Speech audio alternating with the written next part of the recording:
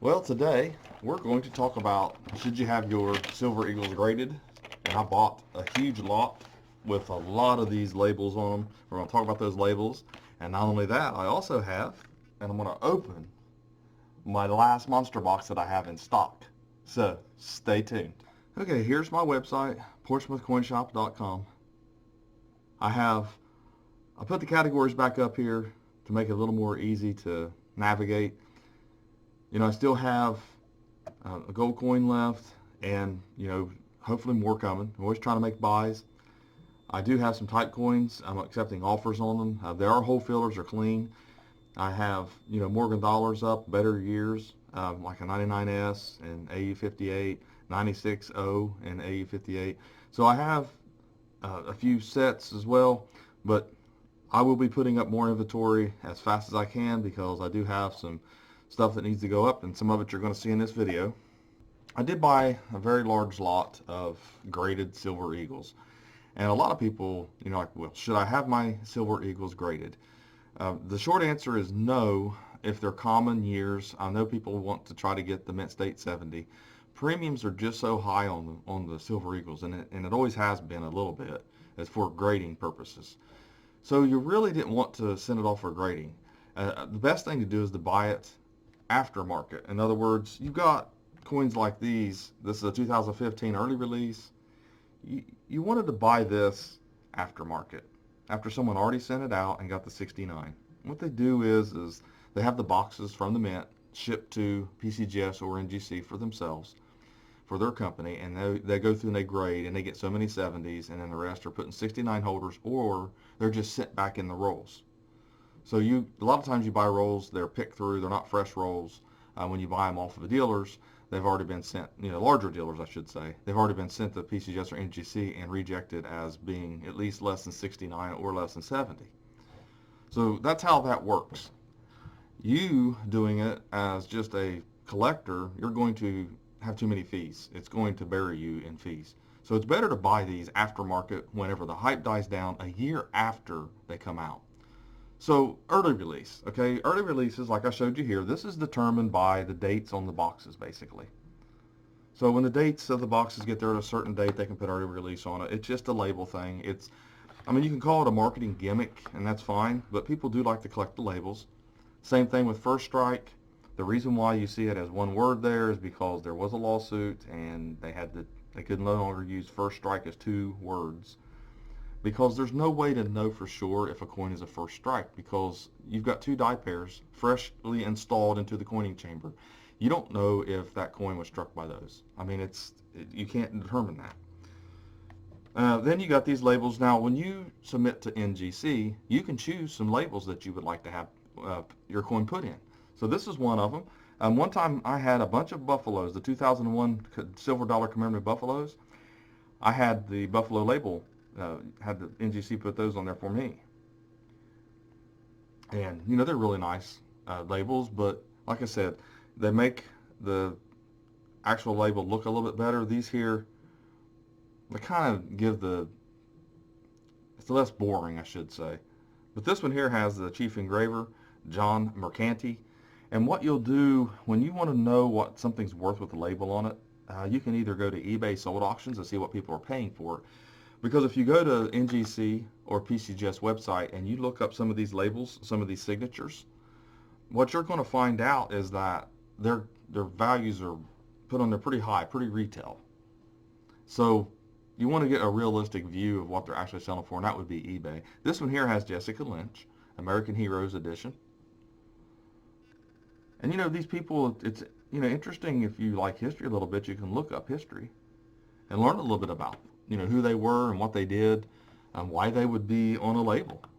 Why are they so important? Because they obviously have done something that gave them that kind of recognition.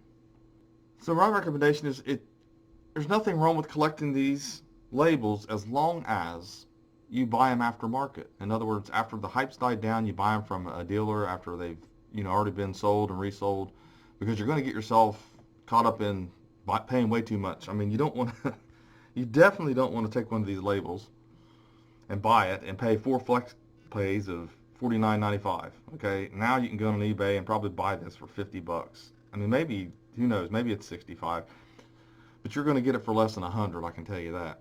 So anyways, when you talk about, you know, we were showing Jessica Lynch here on this one label, and you can come over here and you can check out who she is and see what she did.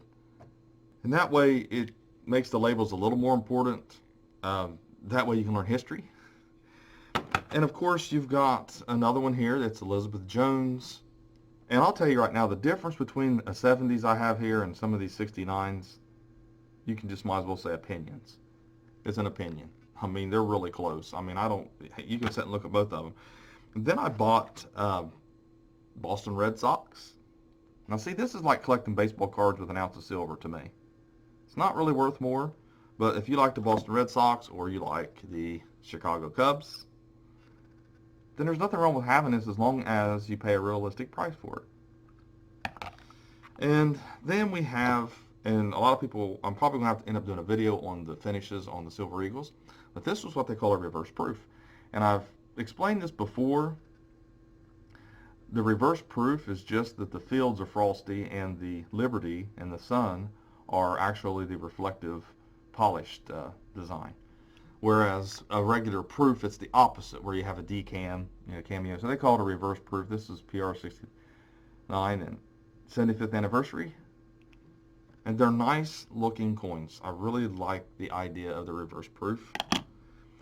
And then I have this one here, and this is Lance Armstrong. You know, he was a world famous cyclist. It looks like it's his actual signature on this one.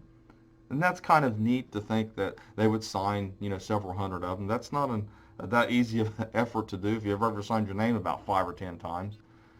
And you imagine writing your name 100 times or 500 times on the blackboard.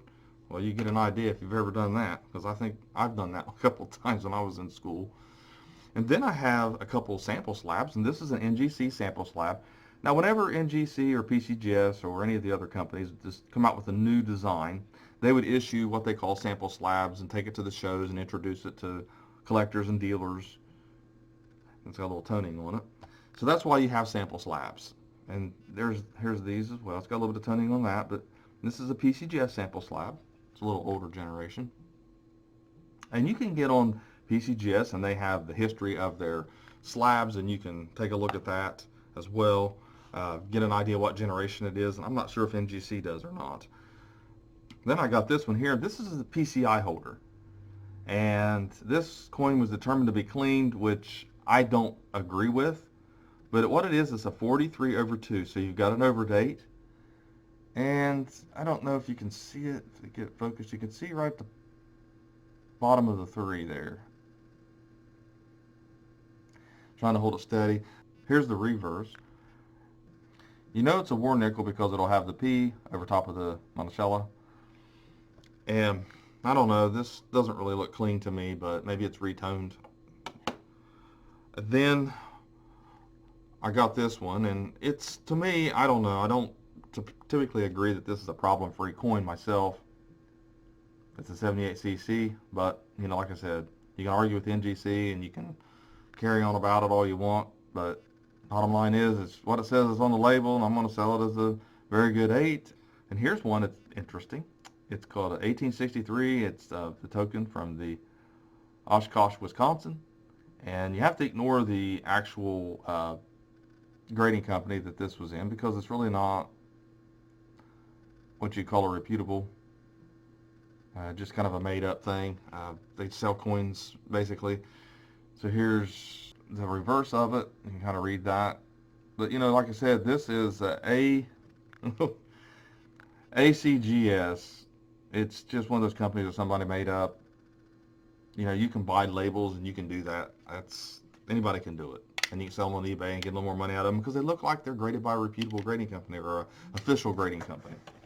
That's the whole reason behind that. But it's not really much different than some of this label buying as long as you're not overgrading them, because the coin doesn't really have a grade. I don't think I saw a grade.